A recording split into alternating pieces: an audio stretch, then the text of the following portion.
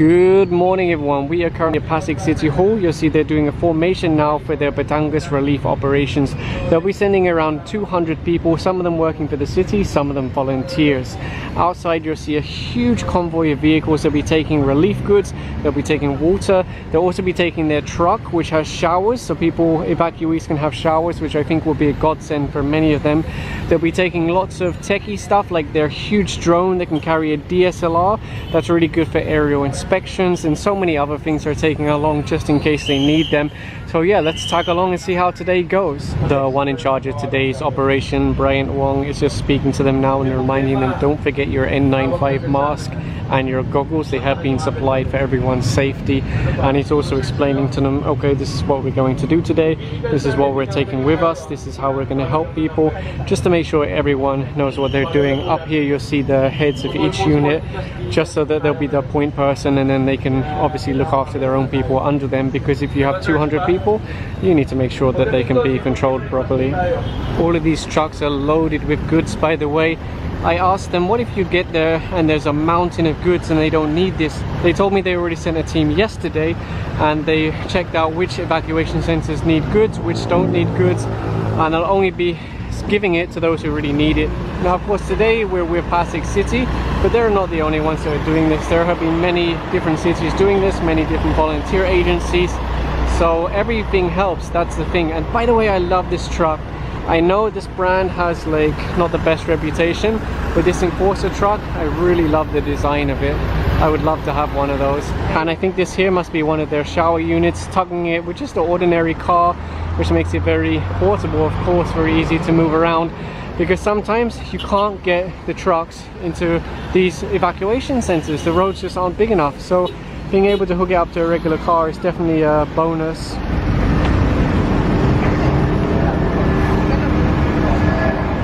Some of these trucks are absolutely ginormous. I can't even imagine if you had to weigh out the amount of relief goods they have. It must just be an insane amount.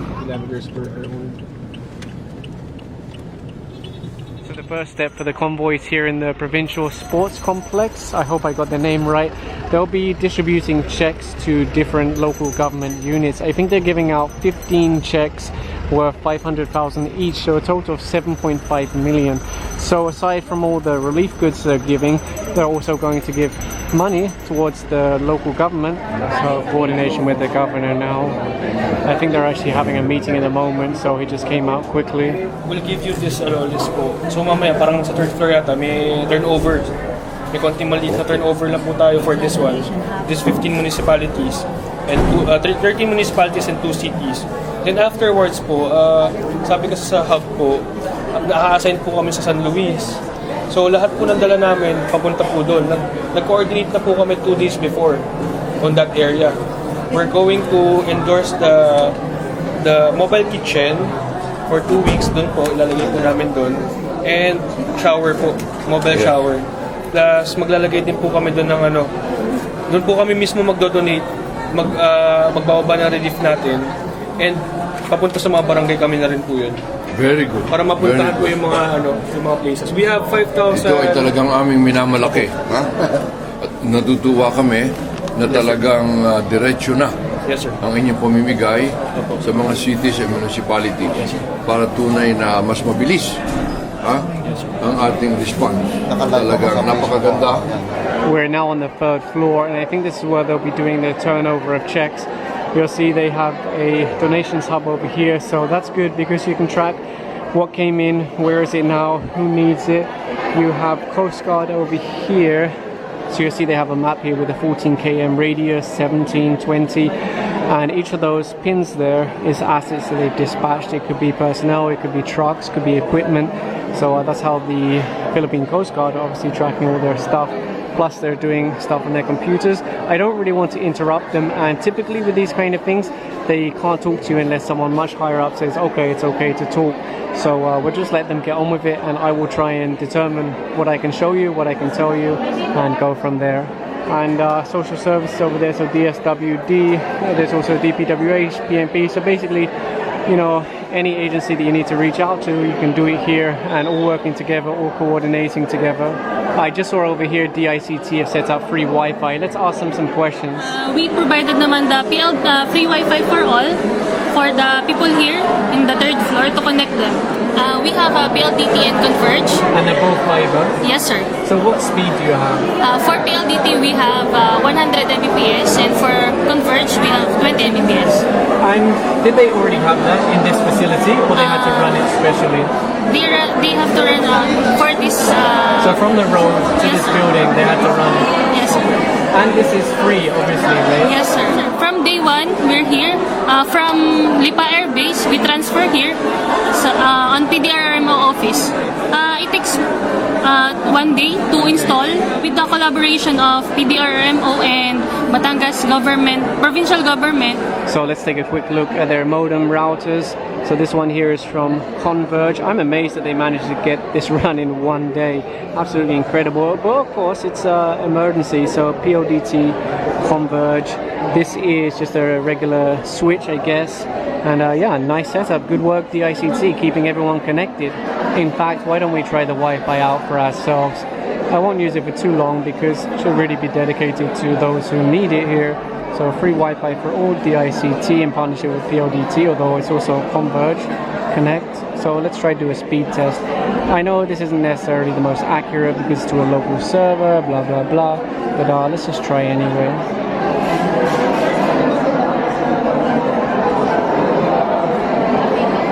Okay, super fast. But of course, I'm also sitting right next to the Wi-Fi router over there, so that's going to have an effect on it. The good thing here is they really have so much parking. And I've spoken to a few people about the internet. They said, yeah, it's relatively stable, but they just wish it was a little bit faster. So really, I'm quite impressed that DICT were able to get that hooked up so fast, especially if there was no fiber even in this compound and it had to be run special.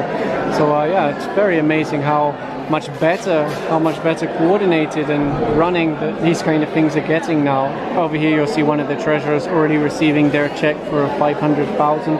They do have to get confirmation, of course, and like I mentioned earlier, all of these donations are subject to COA oversight, so it has to be spent on the right things. And look at what I just spotted outside. There's a helicopter.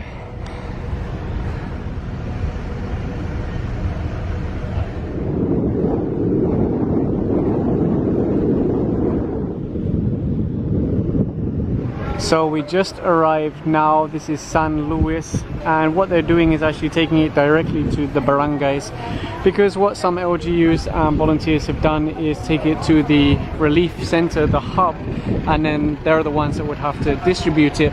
But obviously a lot of people have been saying, hey, why can't you take it direct? So that's what Pasig are doing. You see over here, there's like a mountain of clothes that they're going through. I guess they're going to work out what's for children, what's for adults, break it all down, and yeah, I mean, tons of relief goods. And here's something else we're going to try today, the Solo from Live View. This combines multiple internet connections. I can do 2 LTE connections, I can do Wi-Fi, Ethernet, so a total of up to 4 connections, and combine them all together for a live stream. So I'm feeding a HDMI signal into this, so not only do you have redundancy and better signal, but you can actually feed in a better camera. So I have it hooked up to this camera via HDMI, and yeah, we're going to try to do a live stream to Facebook. So the BFB will be the ones to push this shower into position. Of course, it'll be a little bit difficult to maneuver it by vehicle in a tight space.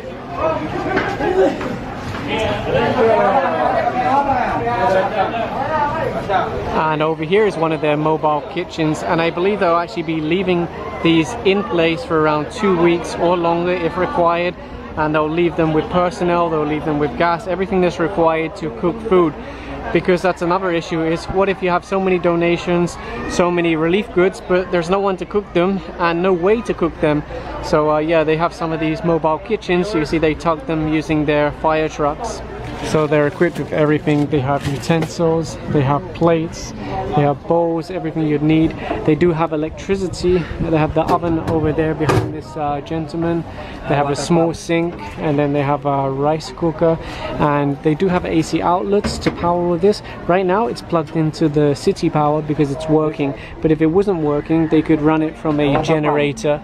So you see down here they have a water pump also, so really equipped for everything they need to run a small kitchen. Some of the barangays are only accessible by smaller vehicles, so these big trucks will go to those that obviously have roads that can accommodate them, but they'll be splitting off the relief goods into smaller vehicles for the harder to reach barangays.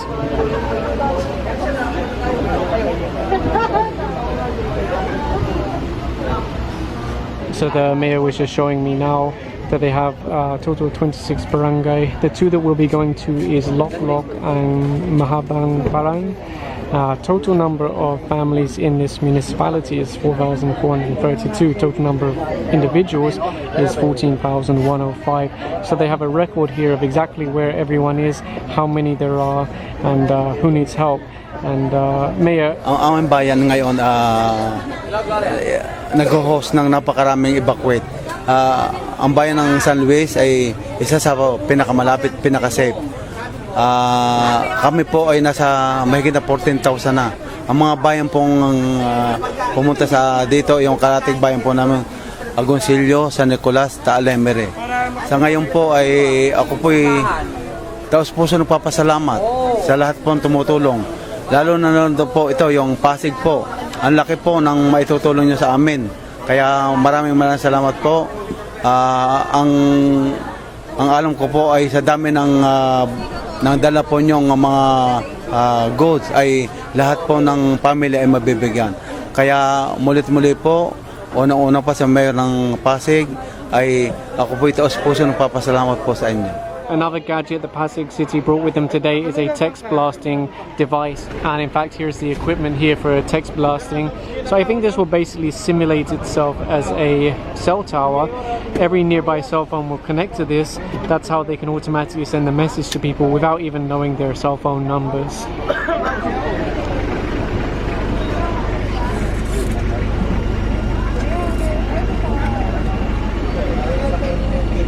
And here's the message that they'll be sending out to everyone. In fact, my cell phone's on now, so we should get this text message very soon. I think right now they're breaking everyone down into smaller groups because some of the vehicles are just too large to reach the smaller barangays, and they'll break them off into different teams, smaller teams, and split the relief goods between them so they can hit more areas. But that does mean that obviously I can only follow one team, so we won't see everything that they're doing. Here's another service they'll be running today. They call it flushing, where they basically just hose down the road, hose down the municipal hall floor or the evacuation floor, whatever it might be. If you look on the floor here, you get an idea of just how much ash is around this place. They said we're heading towards the top of that mountain, somewhere over there. So yeah, should be interesting.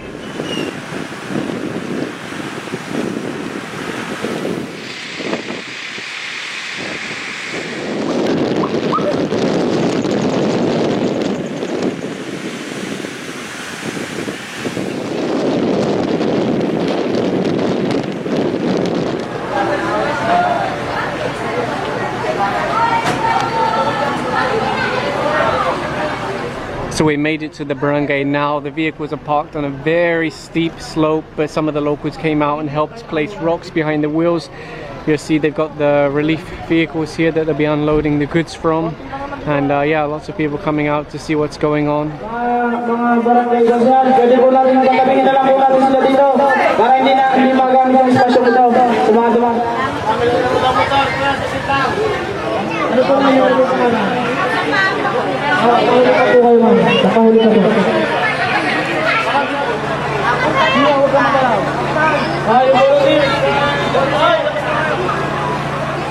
Maraming salamat po, Pasig City, Bangon, Batangas.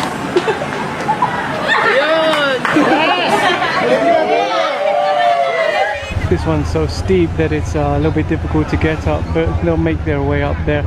They just finished distributing some relief goods in the last barangay and they'll continue on to the next one.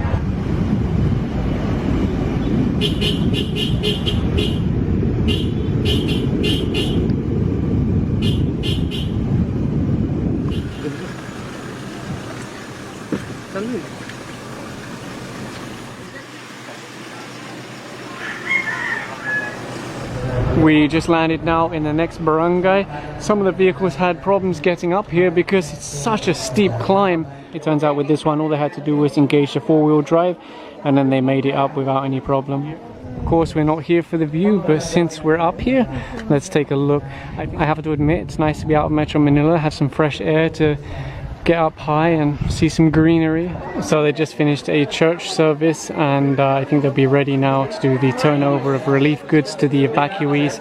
I think a couple of times today I might have said residents when really I meant evacuees, because a lot of these people are not actually from here. It's very hard to keep up sometimes, plus I'm trying to do live streams at the same time. My live stream earlier went very well. I was very impressed with the quality of the live view solo.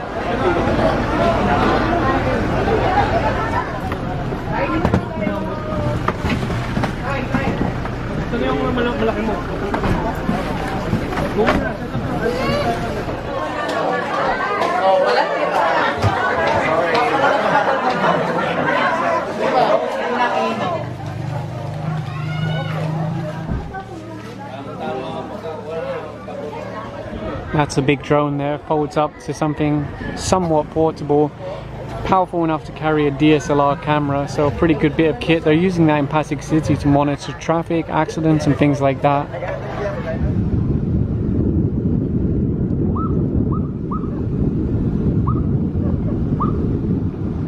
We are now back at the Municipal Hall. I'm not sure how good my video is going to be. I've been trying to capture as much as I can, but of course the group did split up into multiple teams and go to different areas and everything like that. So yeah, hopefully I've got enough to show you what's going on. There are so many trucks, so many relief goods, but with everyone splitting off, it's hard to show everything. The kids are having so much fun over here doing flips and things like that on the clothes. So, I mean, at least they're not sad, right? If they had to evacuate their house, at least they're having fun. And I don't think their clothes are going to get damaged from this, because they're just kids. Pretty cool street lights along here also. Take a closer look at this one.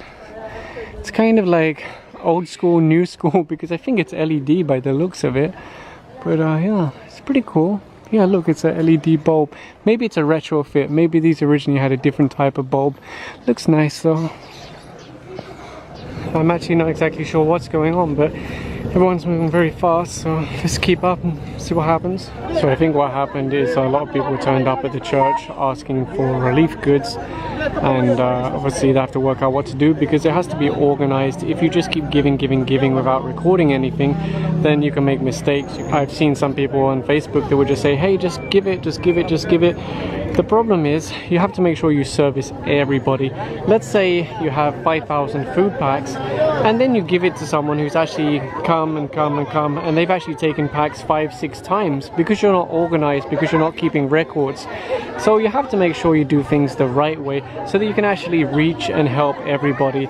So they're just trying to get this situation under control now, and organize the people, do this the right way. Sumunod tayo sa instruction at ating bigyan ng pasasalamat ang ating bisita at binibigyan tayo ng panahon at pagkakataon na tayo tulungan.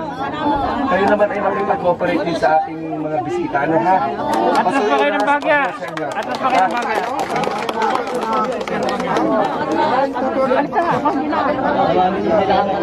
Para maluwag ka lang. Gawin po natin, dito po kayo sa kaliwa, di ba? Diretso labas na. Yung mga kasama ko, pa-assist naman ako. OPS, pa-assist ako. Pakanan yung labas. Tatawagin na lang ni Tonson yung mga pangalan para maalis po tayong lahat. Malinaw naman po yun, no? Marinig muna po. Opo. Tatawagin po ang pangalan natin. Kung sa 90 po ay, sige po, pagbibigyan po namin kayo na ano, kahit wala po kayo sa listahan. Kasi sa amin po ay, kung ano po nakalista, yun lang po talaga. So ngayon po, gagawin po ng barrier dyan ng mga kasama natin na galing OPS ng Pasig. Tapos tatawagin po kayo ng isa-isa lang po. Huwag lang po tayo maingay para mabigyan po kagad. Anyway, it seems like they've worked it out now, and they are giving out relief goods. But like I said, you have to be organized. You have to make sure that you're fair to everybody, so that you can actually reach everybody. Tala po, nakalista na.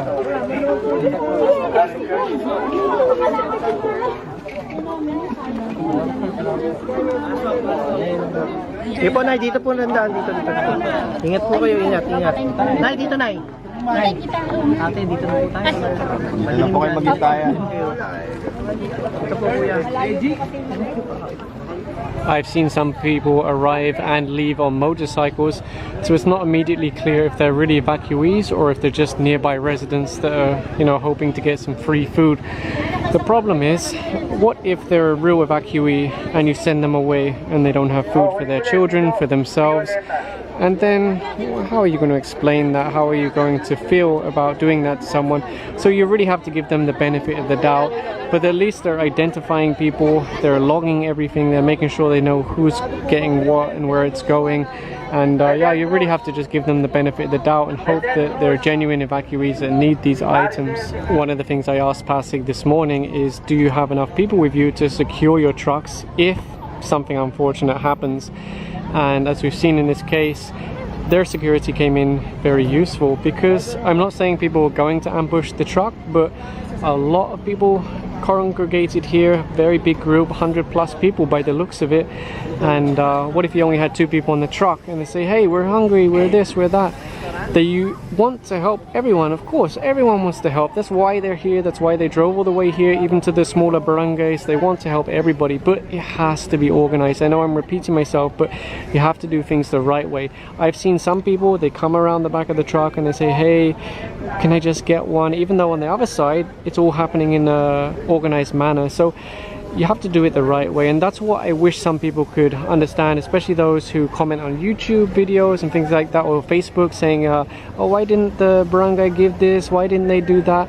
You have to understand there are processes in place, and it's to protect the people, to protect the masses, to make sure everyone is fairly treated. Because however you look at it, whether it's the Philippines or United States, United Kingdom, there are going to be people who try and game the system, and you have to make sure you look after everyone. So there is a reason behind these processes. Anyway, everyone that went here is happy, so it's worked out well in the end, I guess. And while they were distributing relief goods, there's also people still doing the flushing. So like I said, there's so much going on today that I won't be able to show you because I can't follow along with everyone. But yeah, it is happening. And they're now coordinating here at the Municipal Hall, making sure they also have a record of who is given relief goods. And that's the key thing here, coordination between the various different government units. I think someone from the Municipal Hall is going to get some more people, line them up here, some people that have already been verified. And you know, this is going to be a late operation. I think they still have to go somewhere else after this, because they're meant to go to one of the larger evacuation centers also. But again, that's why they're here. People are starting to arrive now, and they're just trying to form everyone into one queue. So everyone arrived in a big group, but within 60 seconds they managed to get everyone in an orderly queue. There were a couple who tried to go straight to the front, but those from the Municipal Hall, they fixed it immediately. No complaints, no arguments. So people are complying, you just have to tell them what to do. And I think they have 87 people in this list, so they'll start distributing that now. So they're giving everyone a bucket which has non-food items, so toothbrushes and other sanitary products, and then they're giving them a bag which is full of food, stuff that you can cook and snacks that you can eat straight away. Some people oversimplify this, they think, oh, you just have to give them food and drink and that's it. But no, it's so much more. You have to give them cleanliness, even something for the mind. If you're stuck in an evacuation center away from your house, you have nothing to do, you're bored, you're sad, you could be depressed, you want to go home, you have to keep people going, you have to give them some kind of joy, basically, something to perk them up a little bit, to make them seem like there's a rainbow at the end of this difficult situation. They're now unloading one of the trucks. I think the Municipal Hall will be the one to fix this with more people later, because the team can't stay here all night because they have so many other places to go. And you'll see someone from the Municipal Hall is taking a note of exactly how many items they have, how many blue bags, how many of the large white bags, how many of the barrels. Again, everything has to be accounted for, because remember, you have to answer to this for COA. If they say, hey, you spent 7 million, 3 million, 10 million, whatever it is on relief goods, where did it go? You have to account for it. So, and that's the right way. That's how it should be. That's how you avoid corruption and you avoid things going missing and everything like that. So it should be like that. That's how it should be.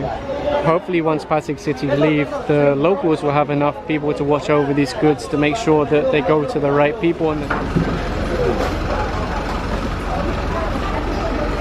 there's another line going on over here, taking it into the Municipal Hall.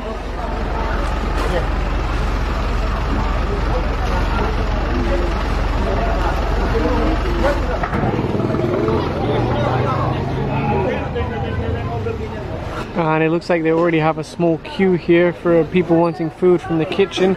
I'm not sure how much they've cooked yet, but kitchen is in action, so that's good to see. In fact, it looks like some of these ladies will actually be the ones that are cooking the food. You can see they've already started unpacking what looks like hamburgers. Hi ma'am. Hey, yes, sir. Masarap. Yes, sir. You like? And I think they still have one more thing to turn over, some bicycles which they'll be giving to, I guess, the municipal hall. It's actually a friend, I think, of Brian, and he said, hey, I want to help out and I have a bike shop, so I'll give you these bikes and then you give them to people there who need them, who can use them.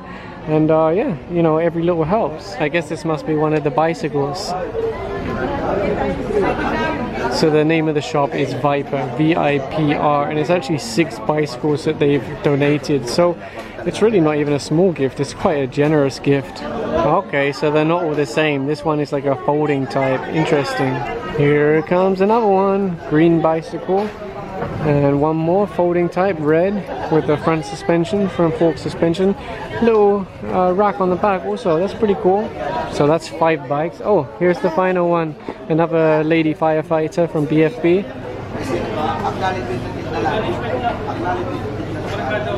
If you look over here, you'll see a lot of people moving these clothes. This is a huge mountain. The reason why they're doing that is they need to unload more goods. I think 320 persons worth. Wow, look at this dump truck. It's full all the way to the roof.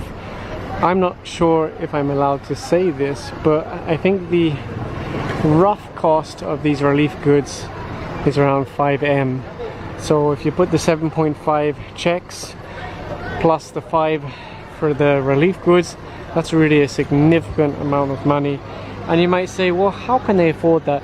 But if you actually look at government budgeting and then you look at how much is spent versus how much is assigned, a lot of the time the money is not spent. That does not make sense. If people are in need, spend the money, give them what they need.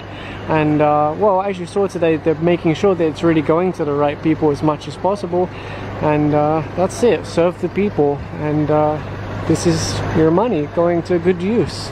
Okay, that's an interesting unloading method. They're actually dropping it down, but I know those barrels aren't very heavy, so perhaps that's just the way to do it.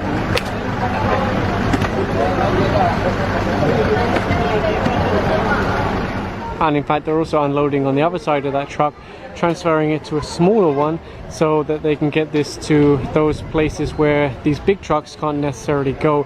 Like earlier, that really windy uphill road up the mountain we went to, there's no way you could send one of those big dump trucks up there. Some of these barangays are only reachable with smaller vehicles. Even this, I don't know, it might be too big for some of them. But from what I've seen, Pasig have been very well organized. They sent a party ahead yesterday or a couple of days ago to work out, hey, where are we going to go? Where do they need us? What kind of vehicles do we need? And they have a good range of vehicles from small to large, so they're getting the job done. Is it perfect? I don't know. I'm not an expert on this, but I've been pretty happy, or I've been very happy with what I've seen today. So they'll have another quick briefing before they move on to the next areas. Like I said, you will not be able to see everything in my video because there are different people going to different areas with different vehicles, different teams. But I'm trying to show you as much as I can. So this is where many of the evacuees are staying. I've been speaking to a few of them. I asked them how is it and everything like that. The guy I was speaking to a few minutes ago, he told me that he's actually here by himself and the rest of his family has gone to Manila and they're staying with other relatives. And he said he's basically just stayed here to be a volunteer, so he's helping out with the local government, anything they need. And yeah, that's pretty much what's going on. Anyway, we're moving on to the next area now. I can't remember if I caught this on camera earlier, but they even brought one of their buses here. And I mean, that's a really efficient way of moving people. So here's the next point. Actually, a couple of local BFP came and met with the ones from Pasig and guided them here, which is really useful. So that's the benefit of having the network. Same agency, but just assigned in different areas. And I think they have 200 families here, or is it 200 people?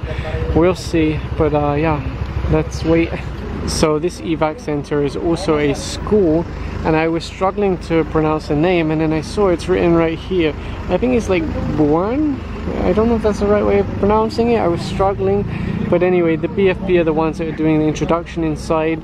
Now, I don't think you're going to be able to see this, but there are a lot of stars. We don't usually get to see these in Metro Manila because there's so much light pollution. And here come the trucks loaded with goods. Oh, you can't see anything, it's so dark. Let me put on the flashlight.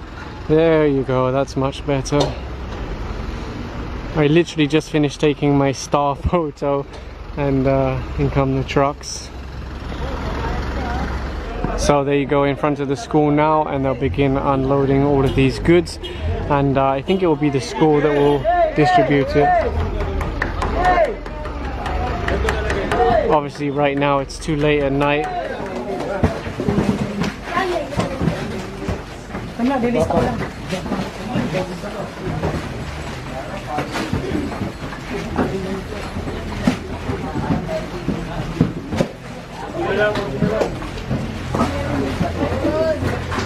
Another thing I should probably mention about today is that they have coordinated with the toll operators so that they don't have to pay the fees going through Star Toll and SLEX, which could be a significant amount. And it's good to know that the toll operators are willing to waive those fees as long as you can do coordination. And we are now back at the Provincial Sports Complex, and I'm not sure what the plan is, if they're planning to turn over some more relief goods here. Let's stand by and work it out. Look at this, sea ambulance, pretty cool. Anyway, what I'm going to show you is they are already unloading the relief goods here and moving it inside. Even these boxes over here are full of assorted water, and yeah, there's really so many relief goods. The difficulty is getting it to everyone, getting it to the barangays, getting it to the evacuation centers, and well, it is being done. And I hope that you saw earlier upstairs on the 3rd floor in the command center, they're keeping a record of that. They're dispatching people, they're coordinating with the various ground units from the local government, from volunteers and so on, and getting these goods to the people. Sometimes people will come in and they'll say, oh look, there's a pile of clothes and no one's doing anything. Well, it takes a lot of work. You have to imagine how many groups are coming here, dumping all their stuff, and then they have to sort through it. They have to work out, okay, what is this? Where did it come from? Where does it need to go? Who needs it the most? Who can transport it there? And it's not an instant thing. These things do take time. But at the same time, we do not want to see this stuff sitting in warehouses for years, rotting away, and then it gets wasted, which is what we've seen like many years ago.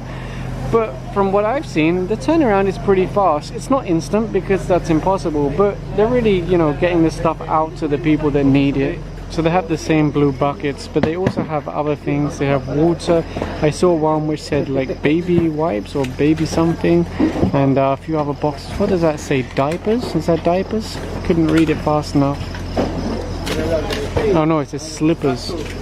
I think earlier I said that these blue bags are food, but actually they're clothing, and they all came from private donors. So those people who say, hey, I have all these extra clothes, I don't need them anymore, I want to give them to help out, they gave them to Pasig City, and then they went through, sorted them all, and apparently these are the higher quality ones, so the ones that are in good condition, that aren't like really weird, that people could really use basically. Of course, all of it will go to those who need it, but if you can really say like, okay, these bags, people are going to want these other bags, you can give them, but yeah, people won't be so happy to receive it. And then you can obviously prioritize what you distribute based on demand and based on need. And if you're wondering about the time, it's 12:30, but if you look up on the 3rd floor, there's still people inside there. If you look at all these guys unloading the relief goods, obviously there's still people here. It's really a 24-hour operation, and hopefully people feel it. You know, they feel like, yeah, we're really getting the best that could possibly be given to us, the best service. And I think that's probably going to be it for today's video. There were some challenges today, and they were interesting to watch, interesting to experience. I wasn't able to show you everything. As I mentioned, teams split off into different areas to do different things, different places, but I feel like I've given you a good overview of what's being done. Especially this one is Pasig City, but there are many other LGUs.